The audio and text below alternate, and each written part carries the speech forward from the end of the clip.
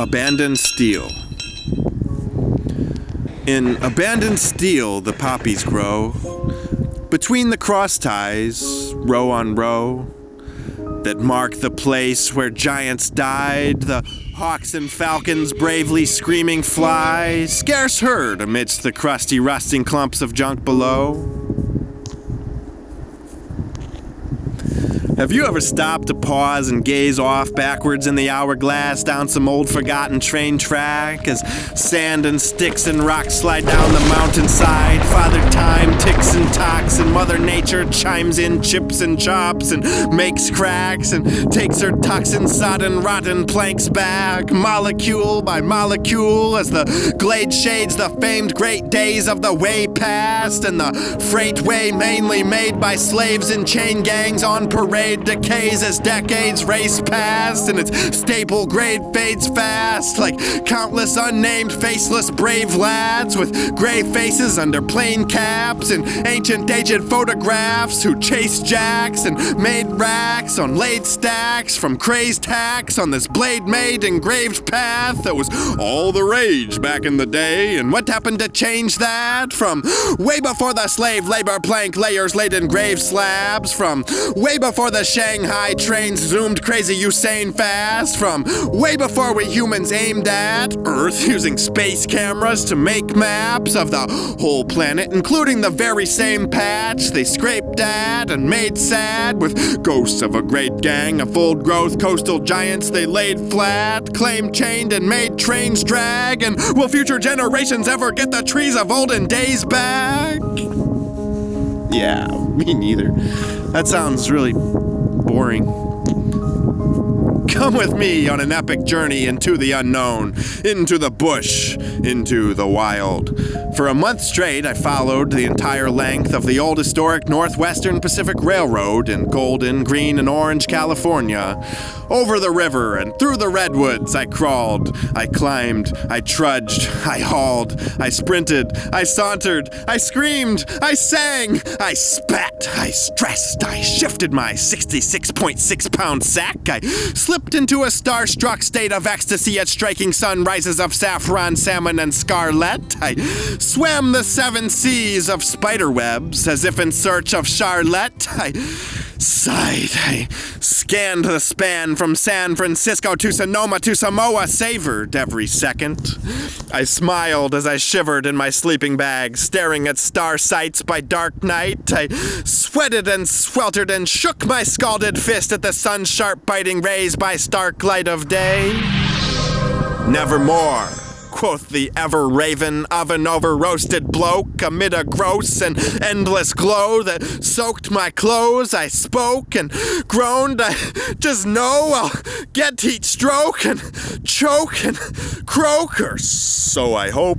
I joked with face of stoic stone. A shade oasis finally broke as it approached. I knew I would escape the blazing rays, rejoice in tranquil praise of solace totes McStoked. Strode close and closer till I noticed it was cloaked in poison oak. I hesitated, faced with choice, and chose repose to doze in the valley of the fabled shadow. So at ground zero in the danger zone, I slept and woke and rose, reloaded, slowly schlepped, going step by step. I spotted and inspected derailed train and station mess. I stopped and swatted swarms of insect specks and wept and crept through thwacks of thick throngs of thorns and thunderous threats thrown by thuggish barking pets. I think this dog's gonna follow me all the way to Eureka. Wanna go to Eureka? Let's go to Eureka. Every un poquito half a second was a new mosquito whacking, record grabbing, slap fast like a couple cute gatitos seeing lasers, slash a fast aikido jabbing session in the hex depressing used to be the depot wreckage. Resisting tick bites, picking fist fights with 'em from mist-light at 6 till the tick of midnight. Shoes and socks impaled and oozing lots of godforsaken foxtails like I'm cruising on 10,000 blazing hot nails. Cloudless skies striped with contrails. soft gale sends whiffs into the air of scary manufactured meals. On trail, Hartzell, a hungry, hairy, hardened, wild, wary, wiry, nary, very worried man of heart and zeal. Shuffling down the track, some rhymes entered my mind, a couplet I've expanded to this very spiel. Mumbling the following along 320 miles of abandoned steel.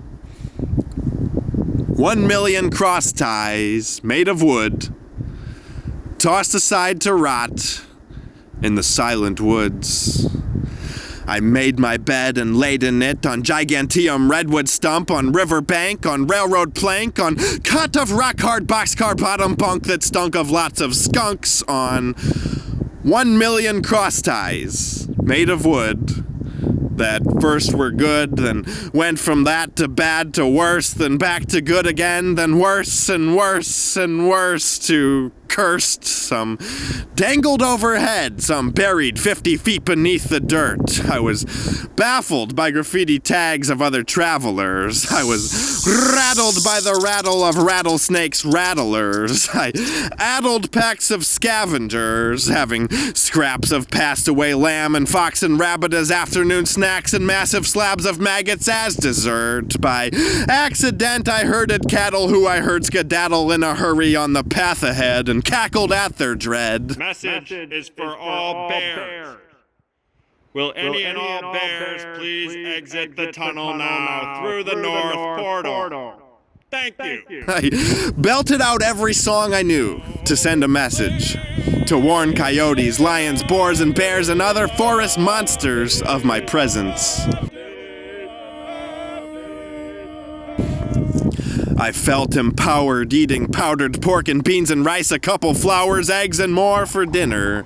I filtered sweeter leader after sweeter leader after sweeter leader of the streams and creeks and rivers, making city slickers creak and scream and quiver.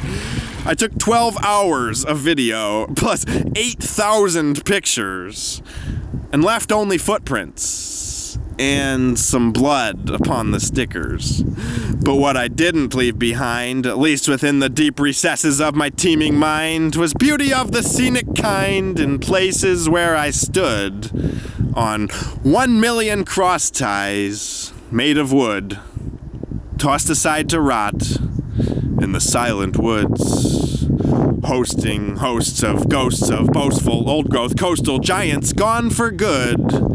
Thanks to the cussed muck of bucklust that modern man loves or must just be programmed to feel. Sequoia sempervirens, blood is on the land and on their hands that planned these evil deals. The failed Northwest Pacific Rail has passed the torch, bowed out and bailed and kneeled.